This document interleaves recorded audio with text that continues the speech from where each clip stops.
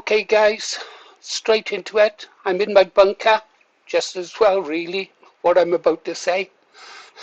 If I die in it, I won't be the first man to die in a bunker, will I? Anyhow, what does the banner say? There will be no Palestinian state. Now I'm going to tell you why I think there never will be a Palestinian state. So, straight into it. Before we do, I have to make it perfectly clear that I have no emotional skin in this game and do not care what happens to either Palestine or Israel. I'm too old and too cynical to care about those countries halfway around the world. The only thing I care about are my family and my kind and their futures. Nobody else's. This doesn't mean I'm blind to the suffering of the Palestinian people, who incidentally are being used by Hamas, who cared even less for their lives than the Israelis. Neither am I blind or ignorant of the horrors carried out by Hamas against the Israeli people. I just simply do not care what they do to each other. It is not my fight. My fight is here in the UK. If Gaza, surrounded by that huge wall that runs right around it, is the world's largest open prison city, then the UK is the world's largest prison island, because we are having our freedom stripped from us day by day. That's our fight, boys, not the war in the Middle East. Now,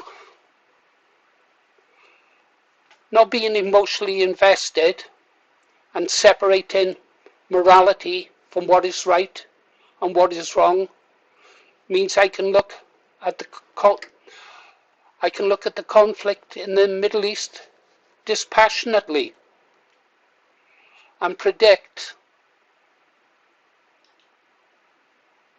with a high degree of confidence what the future is to be there like. So let's go look at the maps, shall we? Okay guys, here we are, we're on the map page. The image on the left is Israel and what it was supposed to have looked like had the two-state option being given the green light. Up in the north though, it's worth looking at Golan on the borders with Syria.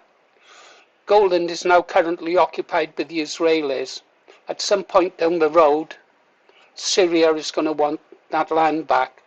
Currently, the Americans have been there for quite some time, pumping the oil out of the land, enriching the global elite. Nothing going back to the Syrian people. The Americans weren't asked to be there. They weren't needed there, and they weren't not wanted there. I think the fact that President Assad, who incidentally I think was a great president, they'll regret that one day as Islam, the fundamentalists, gain more control over the country. But that's the Golden Knights, and that's a war for another time down the road. Now, down into the West Bank, we'll leave that till last. Let's have a look at Gaza, down on the bottom left. Yeah, that's been described as the world's biggest open prison city. Well, if that's the world's biggest open prison city, then the UK is the world's biggest prison island, because we've had our freedoms stripped from us day by day for many years now. We are in fact living on a prison island. Hey, America, if you want to keep your #1 airfield in Europe safe, you'd better come and help us out. If you want a colour revolution, forget those other countries around the world, come and start one here in the UK. I'll help you. Anyhow, Gaza, it's a nightmare there. It's virtually levelled now. You've only got to go and search around YouTube to see how bad things are. in Gaza City. Kindly, the Israelis have opened up the border at Rafah. You can see that on the map to the right. It's the border point with Egypt, and but the Israelis have said that the Palestinians are free to leave Gaza on condition they never return. Right, now let's have a look at the map on the right. That's Gaza City. You'll notice that their fishing limits only extend 6 miles out to sea. Those waters are policed by the Israeli Defense Force to make sure that Greta Thunberg doesn't get back into Gaza. Incidentally, it's been reported that in the Mediterranean, off those waters, there may well be oil and gas fields. And there is absolutely no way the Israelis would want a Palestinian state to have wealth coming in via oil fields. So the Israelis will take Gaza eventually. Every single Palestinian in Gaza will be expelled or removed one way or another. But looking at the big map again, I think it's fairly easy to see that a two-state solution could never be an option, could it, boys? It just does not look viable. And once Gaza goes, and it will go to the Israelis, then the West Bank would be completely landlocked. Not that it really matters, because there's not much of the West Bank left now either. Let's go to the next. Incidentally, on the image on the right, that beach there on the Mediterranean is where the Israelis killed all those Palestinian children who were playing football on the beach. Now, I'm not a big fan of football. I don't like football at all. I like footballers even less, especially ones like Lineker. But I wouldn't kill them for playing football. But that's the Israelis for you. Different culture. Anyhow, let's go to the next map. Okay, I'm sure most of you will have seen it. There's Palestine in 1947. Around about that time, the Israelis were blowing up hotels. The King David Hotel killed 1,000 British servicemen to get their new state of Israel. And the map next to it was the plan for the two-state solution, with the Palestine in the center. Of course, Jerusalem now has been occupied by the Israelis and made their capital. You should have a look at the video I put up about Western Sahara, how it links into the Middle East. Bit disappointed with President Trump over there, I really was. But President Trump's for another video. Right, the map then, third from the left, is after the 1967 war. I can remember that. I can remember that war pretty well. Years later, some of my friends would go out and demine the Suez Canal. As you know, I was on mine hunters. My ship never went. I can't remember. I think it might. No, I can't remember the names of the ships that went. But they were out there demining the Suez Canal.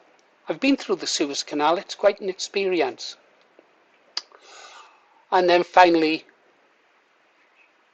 on the right, we're having a look at the state of what was once Palestine today, and the West Bank now. It's all but gone. We have to take a look now at articles like this.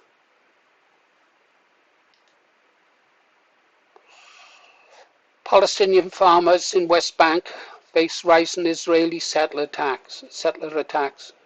Israeli settler attacks on Palestinian homes, businesses and farmlands are on the rise across the West Bank.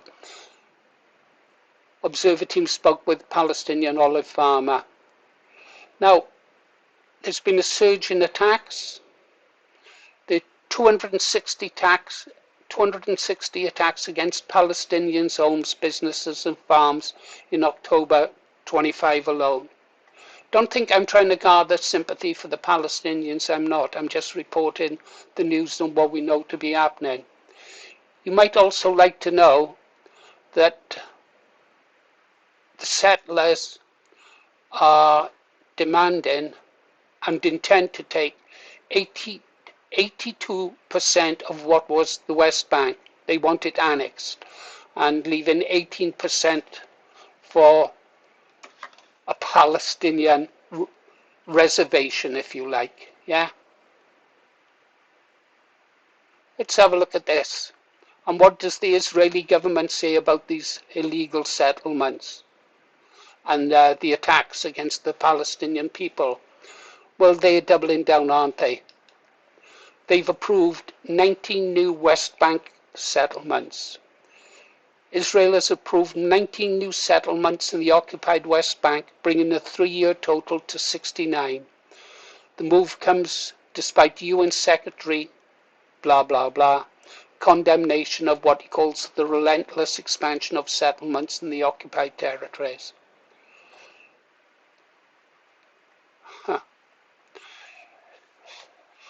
They've been completely open about it.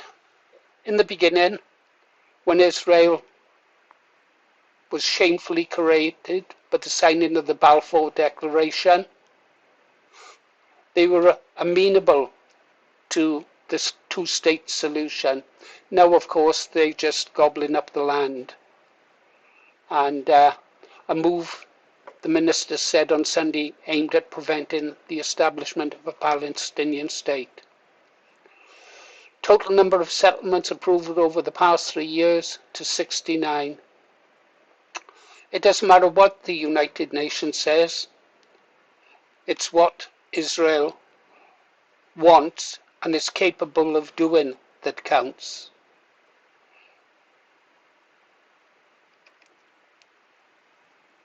Israel has always played a long game.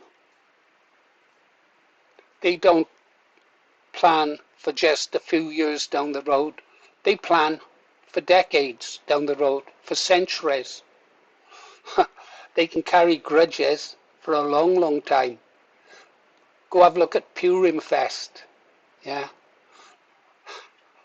How they celebrate that is incredible. Treason, betrayal, and they celebrate it. Gives you a good idea into the mind of an Israeli. But, anyhow,